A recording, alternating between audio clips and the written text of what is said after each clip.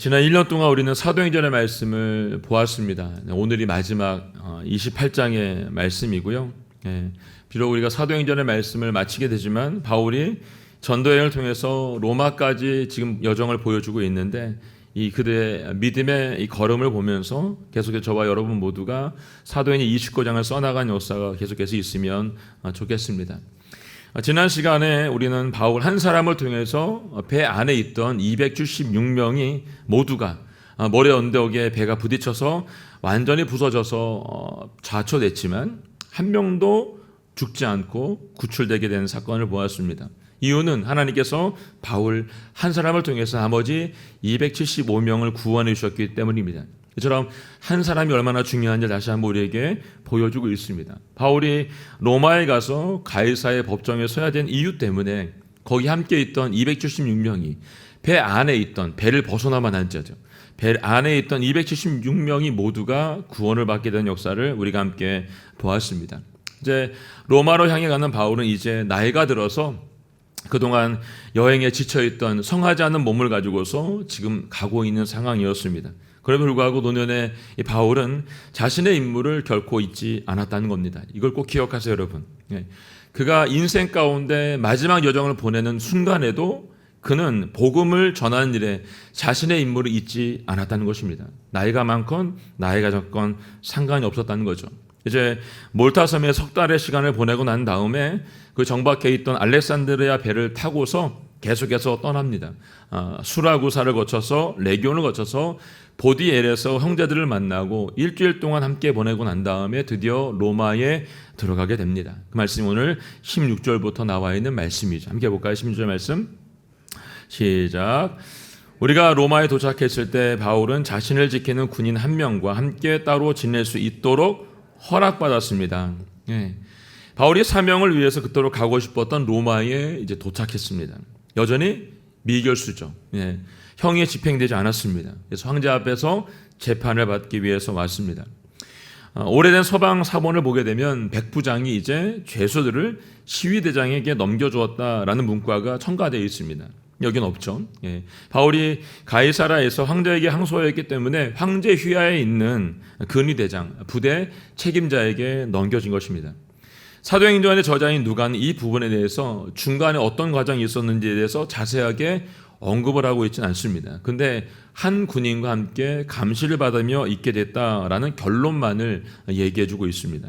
이 말은 황제 감옥에 가둬야 됐던 이 바울을 황제 감옥에 가두지 않았다는 겁니다. 다른 장소를 정해서 그 장소에서 감금했고 그를 거기서 한 명의 군인이 지켰다는 것입니다. 아마도 베스도의 긍정적인 조소와 그리고 호송을 맡았던 백부장 율리오가 바울에 대해서 경험했던 긍정적인 보고를 했기 때문에 아마도 이렇게 조치를 취하지 않았을까라고 생각해 봅니다. 이제 로마법에 의하면 여러분 군인과 함께 있어도 여러분 그냥 있는 게 아니고 한 손은 군인 손에 한 손은 바울의 손에 쇠사슬이 묶여있는 상태로 지내야 됐습니다. 몸은 자유로운 상태가 아니었지만 그는 자유롭게 누군가를 만날 수 있도록 허락이 됐다라는 것입니다. 그래서 그는 주변에 있는 사람들에게 초청을 해서 대화를 나눌 것을 이야기했습니다. 이제 바울은 미결수의 신분으로 로마의 한 장소에서 감금되어서 자유롭게 사람을 만날 수 있었기 때문에 자신이 그토록 전하고 싶은 복음 메시지를 계속해서 전할 수 있게 되었다는 것입니다. 이게 얼마나 큰 은혜입니까, 여러분? 하나님께서 바울이 해야 될 일들을 계속해서 말해주고 있고 알려주고 있고 가게끔 만들어주고 있는 거죠. 바울에게 있어서 복음을 전하는 일은 장소와 시간이 중요하지 않았습니다. 우리가 그동안 보았던 바울의 여정을 보면 알 수 있지 않습니까? 그는 어떤 시간, 어떤 장소도 필요 없었습니다. 그냥 복음이면 됐습니다. 디모데후서 4장 1에 보니까 바울이 디모데에게 이렇게 말하지 않았습니까? 함께 읽어볼까요? 시작. 너는 말씀을 전파하여라. 때를 얻든지 못 얻든지 항상 힘써라. 끝까지 오래 참고 가르치며 책망하고 경계하며 권면하여라 라고 하셨습니다. 아멘.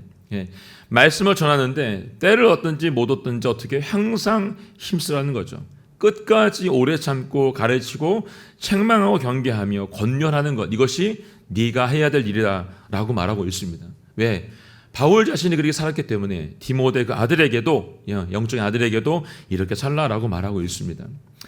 감옥에 있느냐 없느냐는 중요하지 않습니다. 높은 자리에 있느냐 없느냐도 중요하지 않습니다. 나이가 들어서 몸이 쇠약해졌느냐, 몸이 건강하냐도 중요하지 않습니다.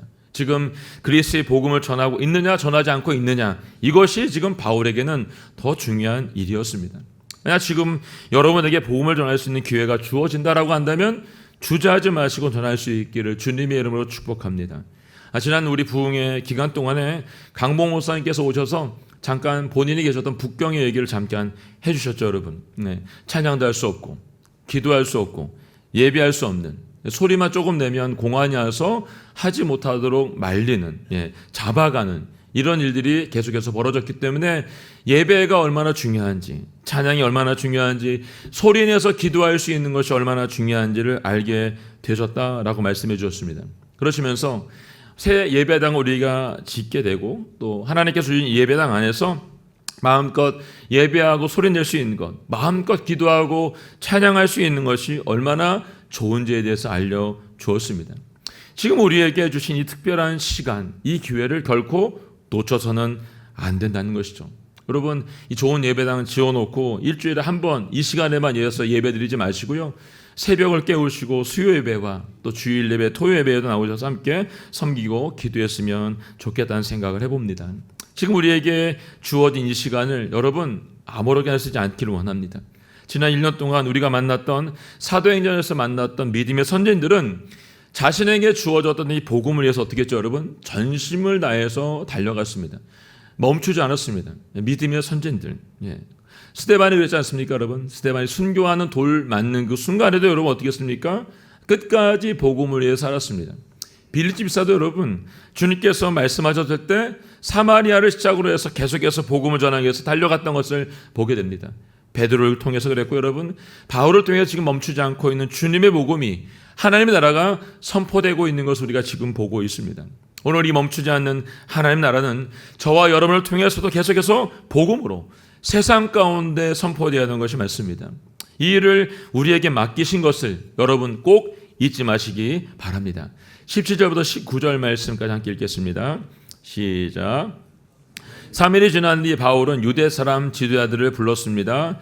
그들이 모이자 바울이 말했습니다. 내 형제들이여, 난 내 동족이나 우리 조상들의 관습을 거스르는 일을 한 적이 없는데도 예루살렘에 체포돼 로마 사람들에게 넘겨졌습니다. 그들은 나를 신문했으나 사형받을 만한 죄가 없으므로 그냥 풀어주려고 했습니다. 그러나 유대 사람들의 반대로 나는 어쩔 수 없이 가이사께 상소하게 된 것입니다. 이것은 내 유대 동족을 고소할 생각을 한 것이 아닙니다. 아멘.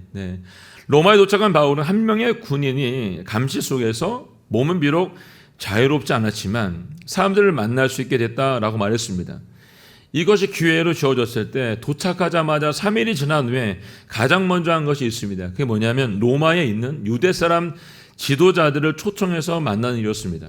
바울이 항상 전도할 때마다 유대 사람들을 만났던 걸 보죠, 여러분. 그렇다면 지금 바울이 만난 유대 지도자는 누구인가? 당시 여러분 로마에 거주했던 유대인들은 하나의 통합된 공동체 기구를 가지고 있지 못했습니다. 그래서 바울이 초청했던 사람들은 개별적 공동체 안에 있던 장로와 지도자와 회동장과 같은 사람들을 만난 걸 볼 수 있습니다.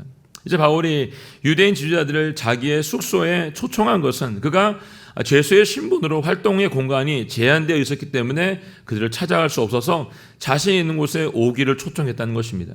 바울이 이들을 초대한 목적을 크게 두 가지 정도로 볼 수 있는데, 하나는 자신이 왜 이곳에 오게 됐는지에 대한 변호에 대한 목적이 있었습니다. 그래서 변호를 하면서 바울은 그들이 자신에 대해서 어떤 태도를 가지고 있는지를 보고 싶은 거죠. 그래서 예루살렘의 유대인들로부터 자기에 대해서 어떤 소식을 듣게 되었는지에 대해서 알고 싶었던 마음이 있어서 그들을 보아서 변호하고 있는 것입니다. 두 번째는 자신을 변호하는 가운데서 그치지 않고 어떻게 했냐면 적극적으로 복음을 증거할 수 있는 기회로 삼았다는 것입니다. 바울은 자신의 안전보다 복음을 증거하는 것이 자신이 로마에 온 가장 큰 목적이었기 때문에 이 일을 멈추고 싶지 않은 겁니다. 그래서 바울은 오늘 말씀을 보게 되면 정중한 태도로 자신이 로마의 재판을 받기 위해서 왔다라는 경위를 자세하게 설명해 주고 있습니다. 먼저 그는 자기가 동족의 유대인들을 거스리거나 또 유대의 관습을 반대한 일이 없다라고 밝힘으로써 오해의 처지를 없애고 있습니다. 바울은 예루살렘에서 있었던 일들을 상세하게 말하지 않습니다. 아마 상세하게 말했던 문제가 됐겠죠. 예를 들어 이렇게 말한 겁니다. 유대인들이 자신에게 누명을 씌워 죽이려고 했는데 로마 군인들이 자신을 보호해 주었기 때문에 지금 내가 여기 와서 재판을 받게 됐다라고 이렇게 반유대인적 감정으로 말하지 않은 것입니다. 이 말은 바울이 로마에 있는 유대 사람들, 이 지도자들의 눈높이에 맞춰서 지금 복음을 전하고 싶은 마음이 그에게 또 있었던 것을 보게 됩니다. 그냥 자기가 하고 싶은 대로 말한 게 아닙니다, 여러분. 사람들을 만나서 자기 안에 있는 감정으로 얘기한 게 아니고, 여러분, 지금 이 순간에도 유대 지도자들을 만나면서 어떻게 하면 이 사람들에게 복음을 전할 수 있을까를 생각하면서 그가 또 이 말을 하고 있는 거죠. 우리가 보았던 고린도서 9장 19절 23절에 나와 있는 말씀처럼 바울이 이 태도를 가지고 말하고 있는 겁니다. 함께 한번 볼까요? 19절부터 23절 말씀 시작. 내가 모든 사람에 대해 자유로우나 스스로 모든 사람에게 종이 됐습니다. 내가 더 많은 사람을 얻기 위해서입니다. 유대 사람들에게 내가 유대 사람처럼 된 것은 유대 사람을 얻기 위해서입니다. 나 자신이 율법 아래 있지 않지만 율법 아래 있는 사람들에게 내가 율법 아래 있는 사람처럼 된 것은 그들을 얻기 위해서입니다. 내가 그리스도 율법 아래 있기 때문에 하나님의 율법을 떠난 사람이 아니지만 율법 없는 사람들에게 율법 없는 사람처럼 된 것은 그들을 얻기 위해서입니다. 연약한 사람들에게 내가 연약한 사람처럼 된 것은 연약한 사람들을 얻기 위해서입니다. 내가 여러 사람에게 여러 모양이 된 것은 어떻게든지 몇 사람이라도 더 구원하기 위함입니다. 내가 복음을 위해 이 모든 일을 하고 있습니다. 그것은 내가 복음이 주는 복에 참여하기 위함입니다. 아멘. 무엇을 위해서 한다고 여러분? 복음을 위해서 이 모든 일을 하고 있다라고 말하고 있습니다. 22절 하반절을 보니까 바울이 이렇게 말합니다. 내가 여러 사람에게 여러 모양이 된 것은 어떻게든지 몇 사람이라도 더 구원하기 위해서다라고 지금 바울이 말하고 있습니다. 여러분, 바울의 이 깊은 마음이 느껴지지 않습니까, 여러분? 지금 이 순간에도 유대 지도자들을 한 번도 만나보지 않는 그들에게 이 복음을 전하기 위해서 낮은 자세로 지금 그들에게 다가가고 있는 바울의 모습을 볼 수가 있습니다. 바울은 지금 자유롭지 않은 상태에 있습니다. 나를 먼저 생각하지 않습니다.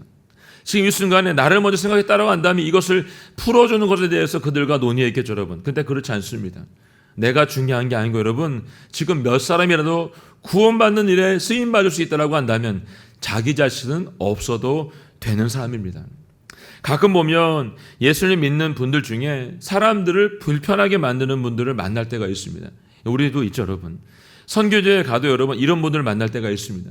가끔 우리가 교회 안에서 아우리치를 가서 이런 행동을 하시는 분들이 가끔 있습니다. 아우리치를 가서 팀들은 잠시 머물다 가서 떠나겠지만 여러분, 그곳에 남아있는 선교사님들은 여러분, 팀들이 떠나고 난 다음에 후유증 때문에 어렵다는 소리를 하는 것을 듣게 됩니다. 순교의 각오로 하는 것도 좋지만 여러분, 오늘 바울의 태도를 배울 필요가 있습니다. 바울에게 있어서 중요한 것은 내 자신이 아닙니다. 내가 해야 될 사역이 아닙니다, 여러분. 복음이었습니다.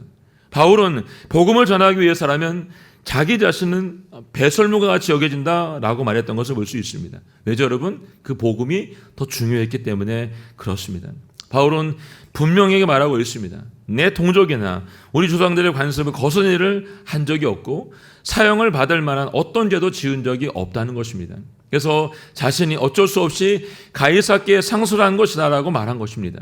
이렇게까지 바울이 한 이유가 있어요, 여러분. 이유는 20절에 나와 있습니다. 20절. 함께 볼까요? 시작. 그렇기 때문에 내가 여러분을 만나 이야기하고자 한 것입니다. 내가 이 쇠사슬에 묶여 있는 것은 이스라엘의 소망 때문입니다. 아멘. 예. 왜 이 쇠사슬에 묶여 있다라고 말하고 있습니까? 바울이 이스라엘의 소망 때문에 자기가 지금 이 쇠사슬에 묶여 있다라고 말하고 있습니다. 이스라엘의 소망은 무엇입니까, 여러분? 바로 죽은 자의 부활에 대한 소망이었습니다.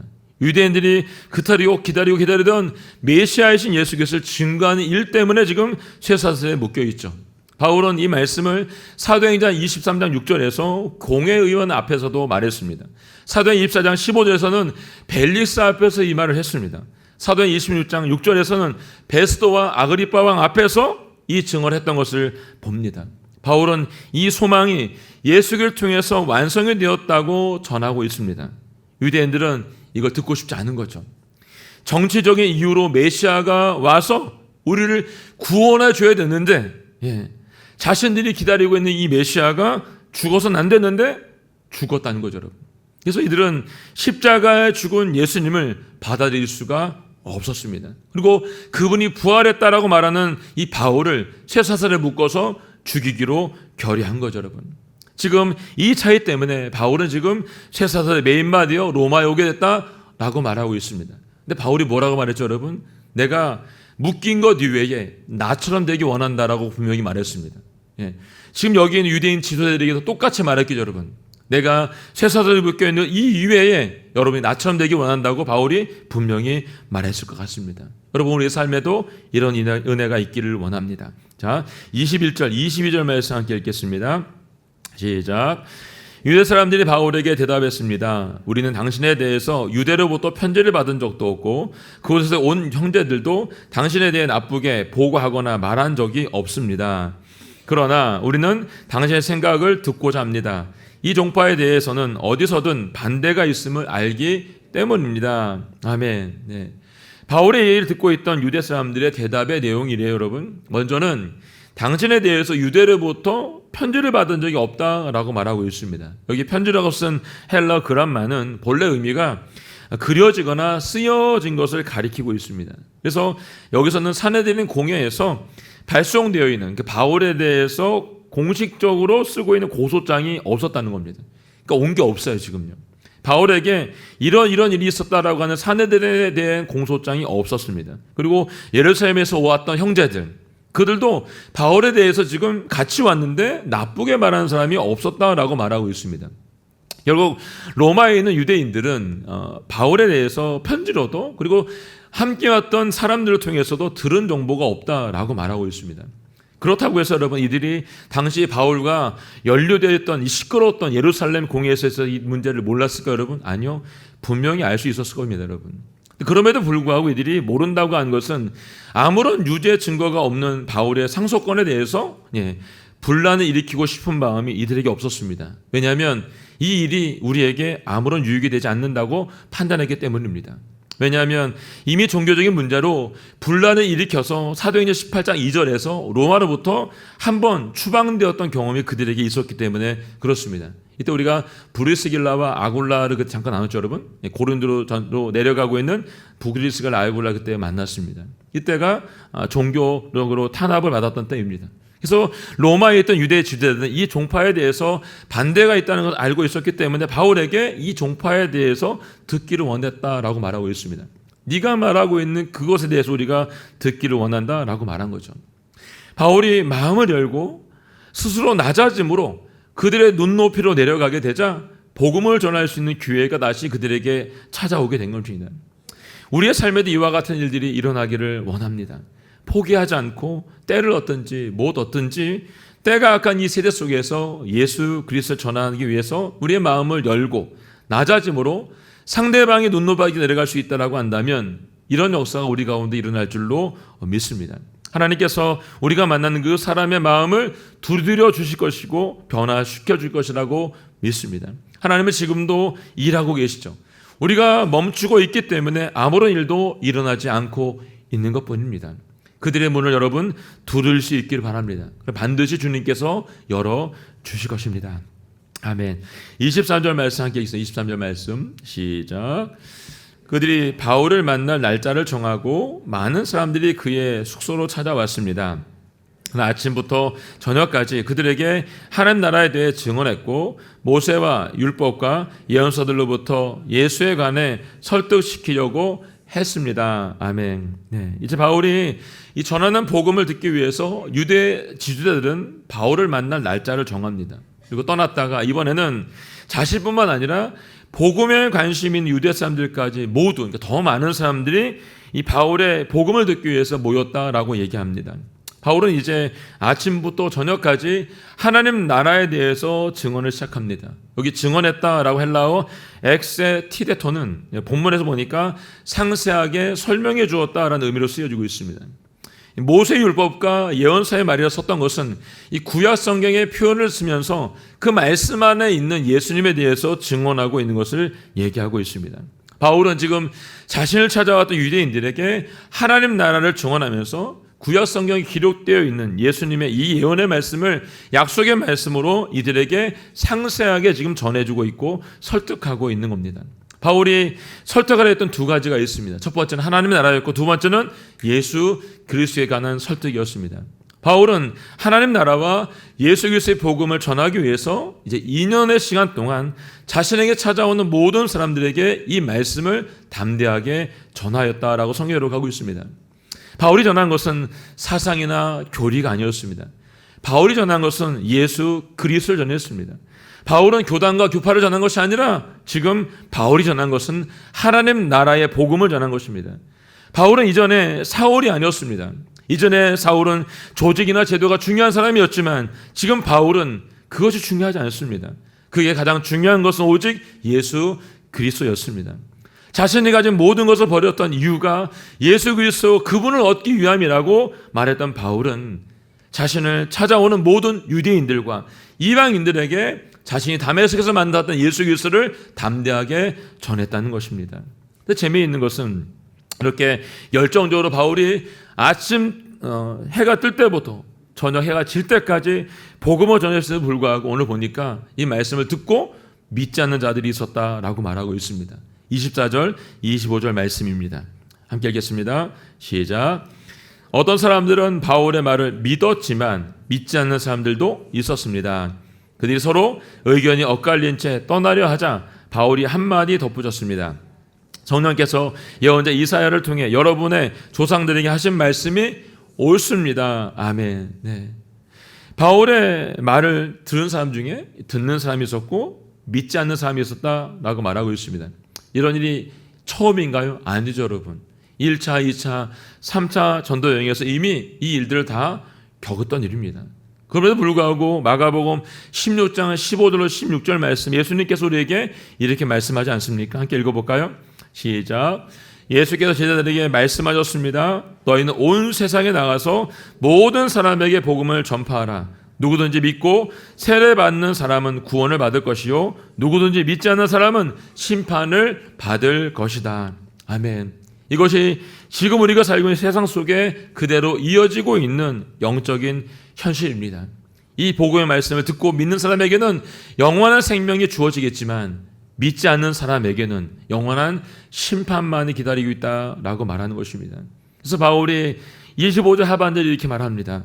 성령께서 예언자 이사야를 통해서 여러분의 조상들이 하신 말씀이 옳습니다 라고 말합니다. 무슨 말이 옳다는 걸까요, 여러분? 26절과 27절에 나와 있는 말씀입니다. 읽어볼까요? 시작.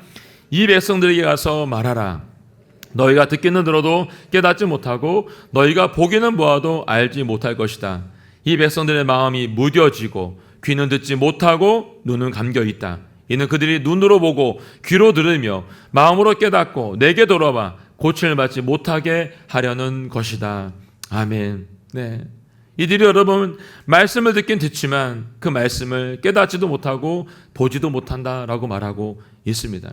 오늘 우리의 삶 가운데 우리 마음 속에 우리가 말하고 있는 선포 가운데 하나님의 말씀을 듣는 역사가 일어나기를 원합니다. 사도행전의 핵심 구절인 사도행 1절 8절 말씀이 이렇게 말하지 않습니까? 그러나 성령께서 너희에게 오시면 너희가 권능을 받고 예루살렘과 온 유대와 사마리아 땅까지 이르러 내 증인이 되라고 말씀해 주었습니다. 사도행전의 중심적인 메시지는 땅끝까지 이르러 복음을 전하는 증인되는 삶을 살라라고 말씀했습니다.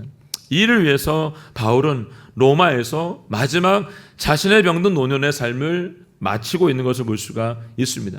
근데 그냥 마친 게 아니고 우리가 이 말씀을 보게 알 수 있지만 정말 멋지게 살아내고 있는 걸 볼 수 있습니다. 그 말씀이 30절과 31절에 나와 있는 말씀입니다. 함께 읽어볼까요? 시작. 바울은 만 2년 동안 자기 셋집에 머물면서 자신에게 찾아오는 모든 사람을 맞아들여 어떠한 방해도 받지 않고 담대하게 하나님 나라를 선포하고 주 예수 그리스도에 관한 것을 가르쳤습니다. 아멘. 예. 바울이 지금 마지막 모습을 우리에게 보여주고 있습니다. 만 2년 동안 셋집에 그 작은 단칸방 같은 곳에 머물면서 한 손은 쇠사슬에 묶여있는 상황 가운데서 모든 사람을 맞이했고 방해도 받지 않고 담대하게 하나님의 말씀을 선포했다라고 말하고 있습니다. 여러분, 꿈이 있는 사람은 늙지 않는다는 말이 있습니다. 사람이 만나는 것 이외에 자유가 보장되어 있지 않았던 바울에게 여러분 이제 힘이 없습니다. 노년에 병들어 있는 몸밖에 가지고 있는 것이 없습니다. 여기까지 오는 동안 수많은 고난과 역경을 겪었습니다. 그리고 지금 바울에게는 병이 있습니다. 그럼에도 불구하고 바울은 그 복음을 전하는 것에 멈춤이 없습니다. 인생의 후반전을 보내고 있는 바울의 이 마지막 말년이 여러분 이렇게 아름답게 쓰여지고 있는 걸 볼 수가 있습니다. 과연 이 상황에 있다 한다면 우리들은 어떤 삶을 사시겠습니까, 여러분? 그동안 우리 삶이 정말 수고하고 애쓰고 고생했으니까 이제 좀 편하게 살고 편하게 쉬자라고 말하는 분들도 분명히 계실 것입니다. 그러나 하나님의 나라는 오늘 성경이 말하고 있는 것처럼 멈추지 않는다는 거죠. 바울이 미결수의 신분으로 죄인의 신분으로 작은 집의 감금당 상태여서 한 손은 군인에게 쇠사슬로 묶여 있었지만 2년의 시간을 주신 것에 감사하며 보내고 있는 것을 우리는 보게 됩니다. 바울의 로마 입성은 매우 초라했습니다. 누구도 반겨준 입성이 아니었습니다. 그렇지만 그가 2년 동안 만났던 유대인들과 이방인들을 통해서 로마뿐만 아니라 유럽 전체가 변화되었다는 것입니다. 이게 중요하죠, 여러분. 바울 한 사람 때문에 로마까지 왔을 때에 바울의 몸은 다 찢겨지고 병으로 노년의 마지막을 보내는 그 순간에조차도 찾아오는 그 사람들에게 자신이 만난 예수 그리스도를 전함으로 말미암아 로마가 바뀌고 유럽이 바뀌었다는 것입니다. 사도행전을 시작하면서 오늘의 교회 비전 액치 29장을 함께 써자고 말했습니다. 여러분을 각자에게 주어진 이 남은 시간들을 어떻게 쓰고 싶으신가요, 여러분? 평범하게 사람들이 사는 것처럼 사시다가 인생의 마지막을 마치고 싶으신가요? 아니면 바울처럼 예수 그리스도의 복음을 위해서 마지막 노년 병들어 있지만 힘들고 어렵지만 내게 주어진 시간들을 한 텀 한 텀 1분 1분씩 아껴가면서 주님이 주신 그 사명을 끝까지 완수하기 위해서 애쓰며 사시겠습니까? 여러분, 선택은 우리에게 있습니다. 우리가 어떤 삶을 살 것인지 어떻게 주님 앞에 드려질 것인가는 우리에게 맡겨진 선택입니다. 그것이 사도행전 29장을 써나가는 우리의 몫이다라고 저는 생각을 합니다. 하나님 나라의 복음은 지금도 멈추지 않고 있습니다. 계속해서 이 복음은 전해주고 있습니다. 이 복음이 저를 통해서 여러분을 통해서 전해지기를 주님은 원하고 계십니다. 이것을 기억하시기 바랍니다. 사도행전이 오늘 맞춰지게 되지만 28장으로 29장을 써나가는 여러분에게 도전하고 싶습니다. 우리의 삶이 지금 어느 시점에 와 있건 상관없이 우리가 주님 앞에 부름받은 자라고 한다면 그 부름에 대해서 온전히 순종할 수 있는 은혜가 여러분과 제게 있기를 원합니다. 다른 길 가지 마시고 평범하게 세상의 사람들이 가는 그 길 가지 마시고 주님 말씀하신 좁은 문, 좁은 길을 택해 갈 수 있는 은혜가 여러분과 제게 있기를 예수님의 이름으로 선포합니다. 아멘. 함께 찬양하고 기도하겠습니다. 오늘 찬양은 따스한 성령님 마음으로 봅니다. 내 마음을 감싸주셔서 주님이 주시는 그 평안함으로 만족함을 느끼게 하시고 주님이 부르신 그 가운데서 어떤 상황 가운데서 예배하는 그 예배자의 삶을 살게 하여 주시옵소서. 함께 찬양 부르고 기도하겠습니다.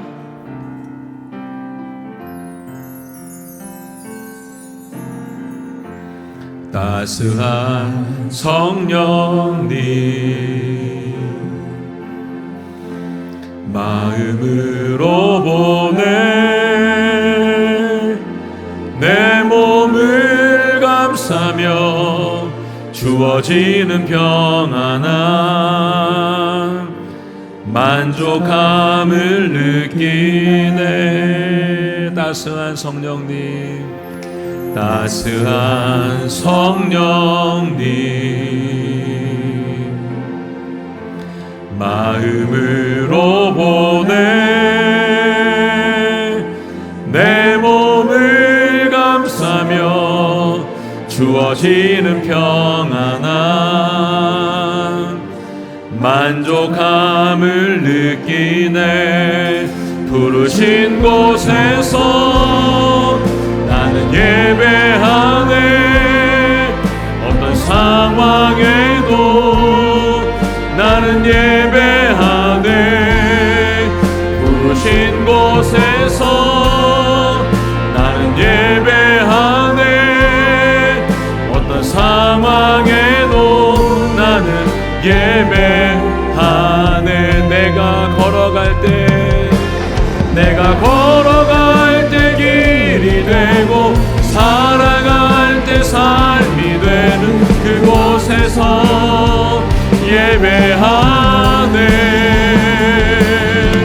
내가 걸어갈 때 길이 되고 살아갈 때 삶이 되는 그곳에서 예배하네. 부르신 곳에서 나는 예배하네. 어떤 상황에도 나는 예배하네. 부르신 곳에서 나는 예배하네. 어떤 상황에도 나는 예배하네. 부르신 곳에서 나는 예배하네. 어떤 상황에도 나는 예배하네. 부르신 곳에서 나는 예배하네. 어떤 상황에도 나는 어떤 상황에도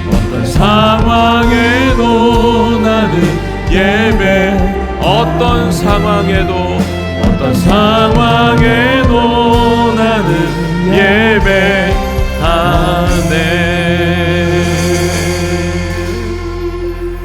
하나님 아버지, 바울의 마지막 여정 로마에서의 그의 복음의 증인된 삶을 함께 나누었습니다.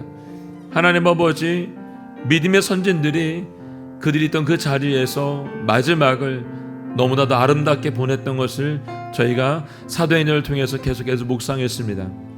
마지막 하나님, 이 바울의 여정을 보면서 우리 삶에 다시 한번 도전해 주시니 감사합니다. 하나님 아버지, 지금의 환경이 중요한 것이 아니라 주님 내 안에 주신 불, 내 안에 주신 성령, 내 안에 주신 예수 그리스도의 복음을 전하는 것이 우리의 사명인 것을 잊지 않도록 도와주시기를 간절히 소원합니다. 그래서 하나님 아버지, 주님이 부르신다면 그것이 예배의 자리가 될 수 있도록 도와주시고, 소리내어 기도하는 자리가 될 수 있도록 도와주시고, 찬양할 수 있는 자리가 될 수 있도록 도와주시기를 원합니다. 주님, 주저하지 말게 하시고 주님의 길을 걸어갈 수 있는 담대함을 저희 가운데 허락하여 주시옵소서. 주의 말씀을 선포하는 성령의 충만함이 우리 가운데 부어지게 하여 주시옵소서. 어떤 상황 가운데 있다 할지라도 주의 말씀을 전하던 바울을 닮은 은혜가 우리 모두 가운데 있게 하여 주시옵소서. 주여 함을 고백하며 기도하며 나아가겠습니다. 주여, 하나님 아버지, 하나님 아버지의 삶이 주님 앞에 온전히 드려지게 하여 주시옵소서. 주님 닮은 삶을 살아내게 하여 주시옵소서. 주님의 뜻 온전히 이루는 아버지의 뜻이 나타날 수 있도록 하나님 붙잡아주시고 인도하여 주시기를 원합니다. 하나님 아버지, 묶여있으나 갇혀있으나 하나님 아버지, 매를 맞아 넘어져 있으나 상관없이 주의 복음을 위해서 바울이 나아갔던 것처럼 주여, 우리 안에 닥쳐있는 이 많은 고난과 역경과 상황 가운데서도 오직 주의 복음을 붙잡은 역사가 우리 안에 있도록 도와주시기를 원합니다. 흔들리지 말게 하여 주십시오. 복음 앞에 아버지 흔들리지 않도록 도와주시옵고, 어떤 상황 가운데 있다 할지라도 주의 복음을 전하는 예배자가 될 수 있도록 아버지 붙잡아 주시고 인도하여 주시옵소서.